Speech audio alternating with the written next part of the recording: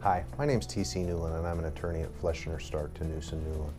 In the last video blog we talked about what the 5-step process each decision maker must make in order to determine whether or not an individual is disabled.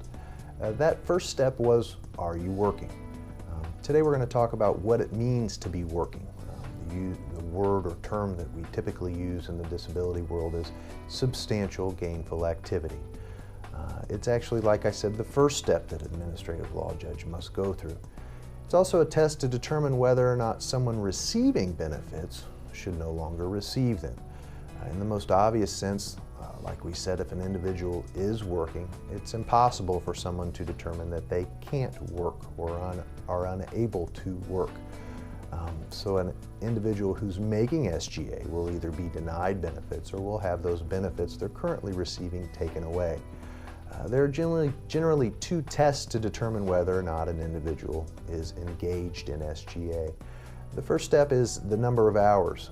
If you're working full-time under competitive circumstances, then you're working SGA. Usually full-time is 40 hours a week, although if you're working 32 hours a week, a decision maker is going to have to make a determination as to whether or not the other 8 hours would be an easy jump for you to make. Usually it is. So if an individual is working around 32 hours, it's a tough argument to say you couldn't work just a couple more hours a day. The next test is the earned income test. For non-blind individuals, that monthly amount for at least 2015 is $1,090.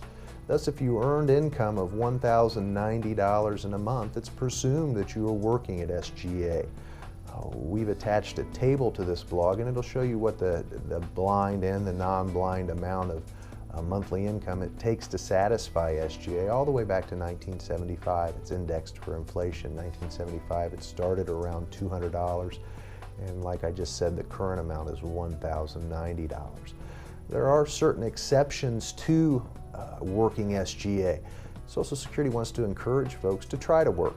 They don't want to punish you for going out, trying, and failing. So what they have is what we refer to as a failed work attempt.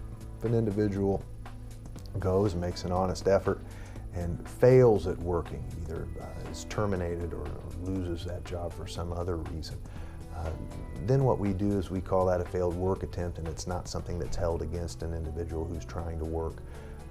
If an individual tries to work and that work lasts less than 3 months, then it doesn't count as SGA. If you have any questions about the 5-step process, what it takes to get disability benefits, or whether or not you're working, please feel free to give us a call. Thank you for your time today, and thanks for watching my video.